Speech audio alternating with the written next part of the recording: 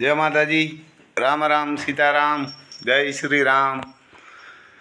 जो भाई आ गाय वेचवानी है बहु सारी है। नीचे वासड़ी है, दूध पण सारू करे। 6 लीटर ने आजूबाजू करदणी हाथ किए આપણે 100 કીએ, 1 લીટર ઓછું રાખીએ। અને બહુ હાઈ ક્લાસ લાલ ગાય છે, ઓળખી છે, પહેલવેતરી વ્યાણી। નીચે વાસળી છે।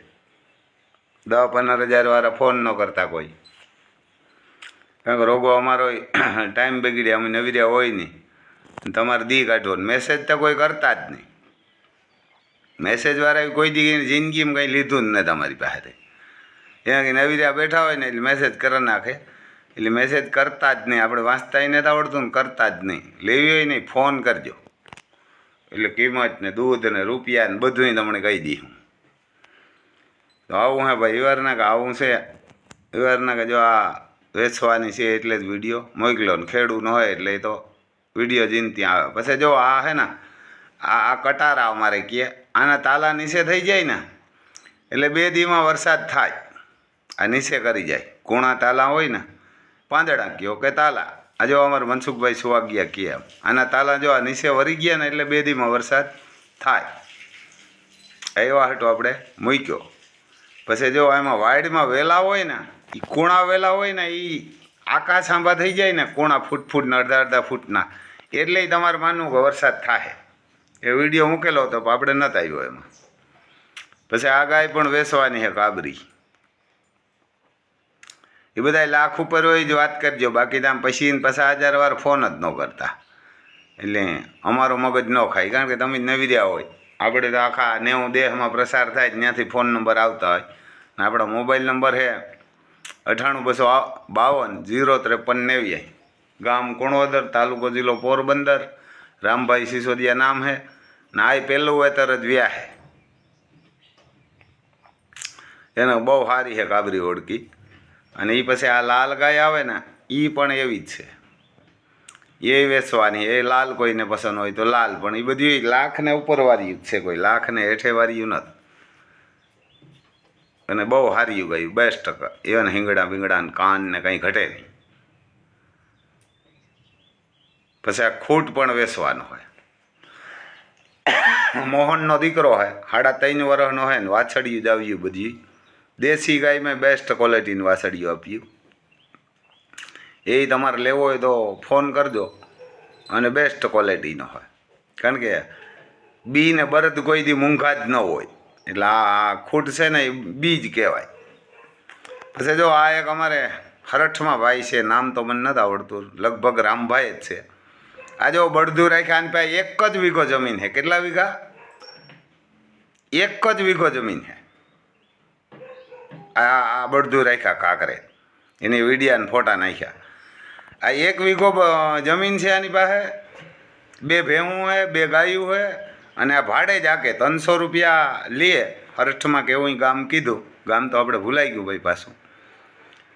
તો 1 વીઘો જો જમીનવાળો જો આ બળદું રાખી શકતો હોય તો 10 વીઘા ને 5 વીઘા ને 20 વીઘાવાળા કેમ ન રાખે? અને બળદું શું કામ રાખવાના? આમાં છે ને એ બધા વેચવાના। હા, બળદું નથી વેચવાના, પણ અમુક વસ્તુ વેચવાની છે। હું રોગું એમ કહેતો જાય કે વેચવાનું હોય। બળદુંનું મહત્ત્વ હું તમને સમજાવું કે બળદું શું કામ આવે એમ અને શું કરે। આપણે 3 વર્ષથી લેવાતા, જો આમ જુલું બુલું નાખીને જાનમાં નીકળ્યા, જોવાય આવે બહુ। કેમ કે જાનમાં જતા હોય ને તો જોવા પડે કે આવ્યા એમ, એના કે જાનમાં આવ્યા, આના રૂપિયા આપે। પછી કાયમ આ ટ્રેક્ટરવાળાને બધા જે મોટા ટ્રેક્ટરવાળાને જેની પાસે બળદું નથી ને, એને આપણે રિક્વેસ્ટ કરીએ કે ભાઈ તમે ભાડે કયો, એટલે તો જ આ જમીન છે ને એ ટકીએ, નકર નહીં ટીકે। કારણ કે અમારે એક તમને કદાચ આગલા વિડીયો આપણે જોતા હોય તો તમને ખબર છે, અમારે ડોન કૂતરો હતો, માંદો હતો, બીમાર, મને જુનાગઢ લઈ ગયો હતો। યુનિવર્સિટીનો સાહેબ પણ એનો કૂતરો એક બીમાર હતો ને, એ લઈને આવ્યો હતો। એટલે એની વાત કરી કે રમભાઈ, આપણા ભારતની જમીન છે ને 15 વર્ષ થયા, ટ્રેક્ટરો નાના ટ્રેક્ટરો આવ્યા ને, ઓલા ટ્રેક્ટરો આવ્યા ને 70-75 વર્ષ થઈ ગયા મોટા તો, પણ નાના ટ્રેક્ટરને ચોમાસામાં આંકવામાં ચનેડા, અને આ કંપનીવાળાએ નાના ટ્રેક્ટર કાઢી અને બળદ, ગાયું અને જમીન ને ખેડૂતનું પૂરું કરી દેવાની છે। એટલે મેં એને પ્રશ્ન કર્યો, કેમ સાહેબ? તો એને કીધું કે જો આ અમારે અહીં હરપોલિયા કહે, એને હરપોલિયા કહે, એ જે હરપોલિયા હોય ને અટાણે આ બધા વીઆઈપી દીકરા બેક્ટેરિયા કહે.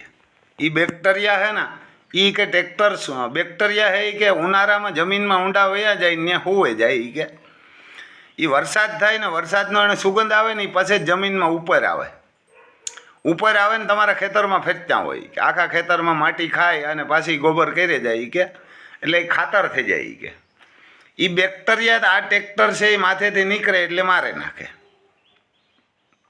આ પણ બળતું હોય એમ કે ટ્રેક્ટર એમાંથી નીકળે એટલે બેક્ટેરિયા મારે નાખે. બેક્ટેરિયા મારી નાખે એટલે જે પાટલામાં ટ્રેક્ટર નીકળે ત્યાં બેક્ટેરિયા મારી નાખે. પછી બીજા નંબરમાં પાટલામાં જે કે બસે જાય ને જે ટ્રેક્ટર ન નીકળે ત્યાં એ બેક્ટેરિયાને આખું ન હોય ને એટલે એ કે એ બેક્ટેરિયા પણ ટ્રેક્ટરના પાટલામાં જાય અને ત્યાં બર કર્યા રાખે અને ત્યાં માટી ખાવાની કરે. માટીની ખાઈ ન હોગે એટલે ત્યાં એ મરી જાય. એટલે જમીન છે એની કે વાંજણી બનાવી દે.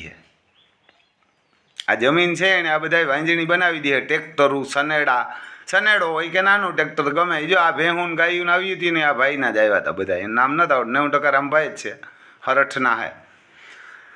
એટલે આ બળધું નહીં રાખો ને એટલે જમીનને તમે બધા વાંજણી કરી દીધો ને ગાયું પણ આ હિન્દુસ્તાનના માલિકોરા નહીં રહેવા દો. અને ગાયું કાપવાવાળાને ડીઝલ વેચો. પછી વીઘે 5 થી 6 મણ અમારી કોરા માંડવી ઓછી થાય. એ કેમ ઓછી થાય હું તમને કહું. ટ્રેક્ટર જે પાટલામાં હાલતું હોય ને આ બધું વેચવાના નથી. ખાલી જોજો એમ એક ભાઈ કોઈ કે મોકલા માકડાને જોડ હે જોઈ લ્યો, મસ્ત હાલે.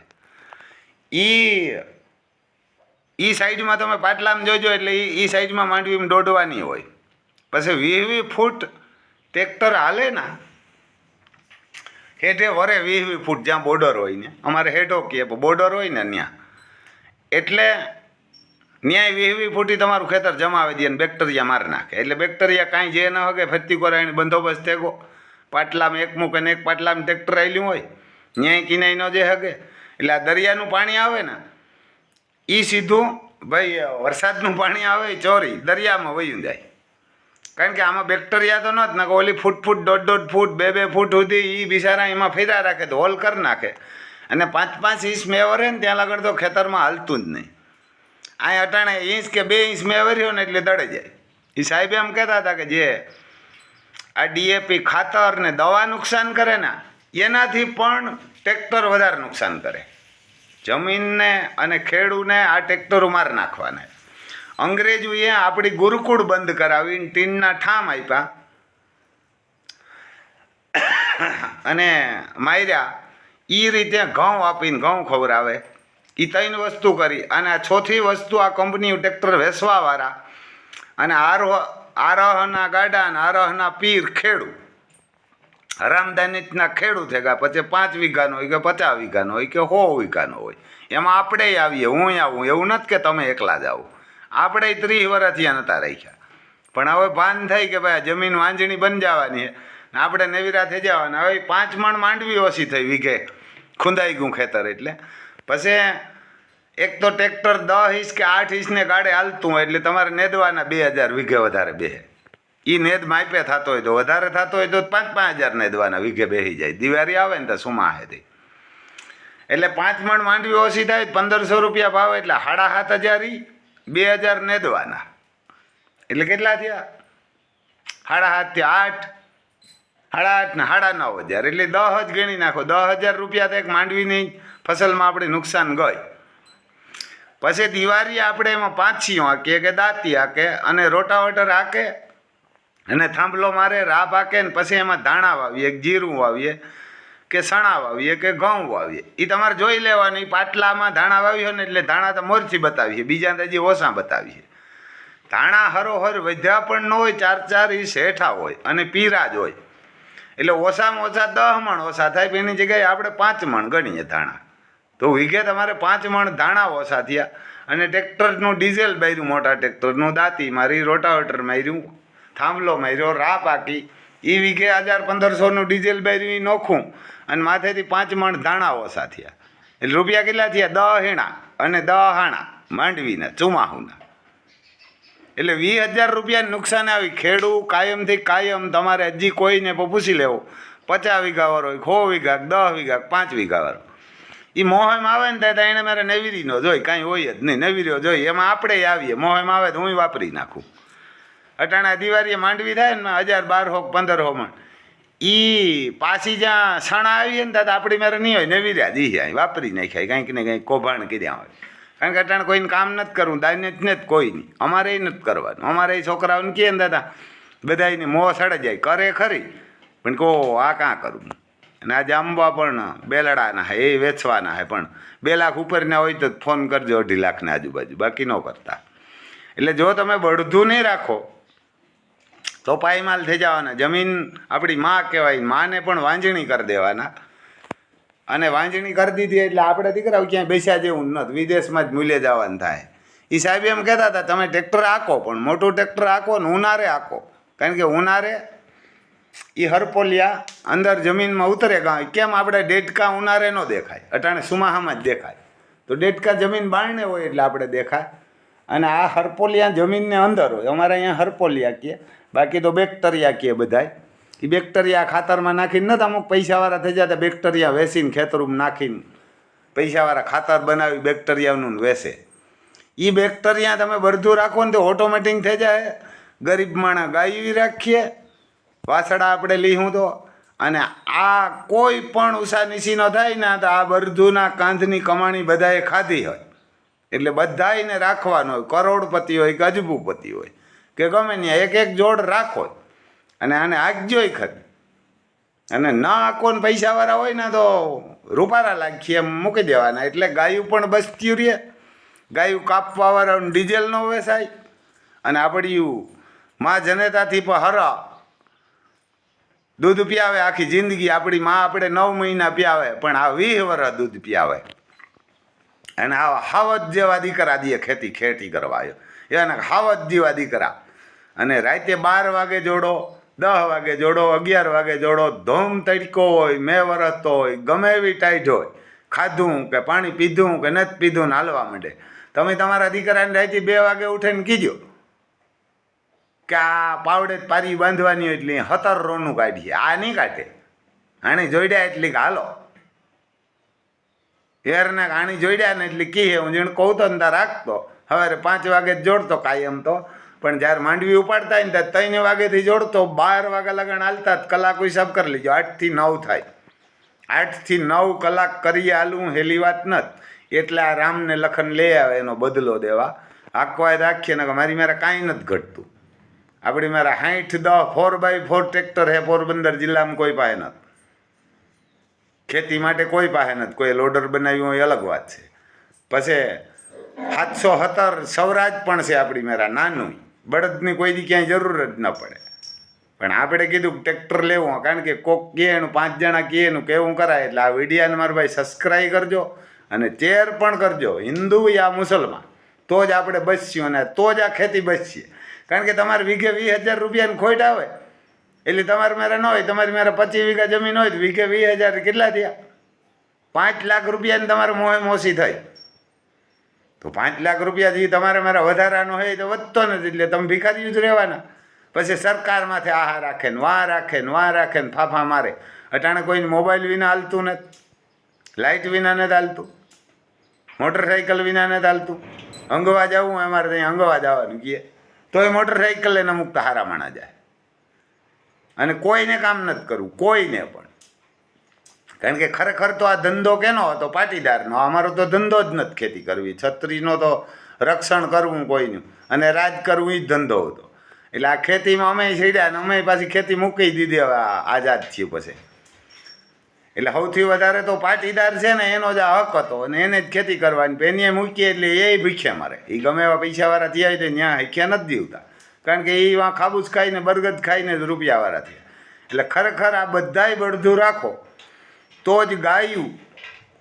બળદ બચીએ તો ગાયું બચીએ, અને ગાયું બચીએ તો આપણે બચ્યું, ને આપણે બચ્યું તો જમીન બચીએ ને જમીન બચીએ તો જ આ ગાયું છે ને તો બળધું આવીએ ને બળધું હાલીએ તો જ જમીન ને ગરીબ બધાય બચીએ.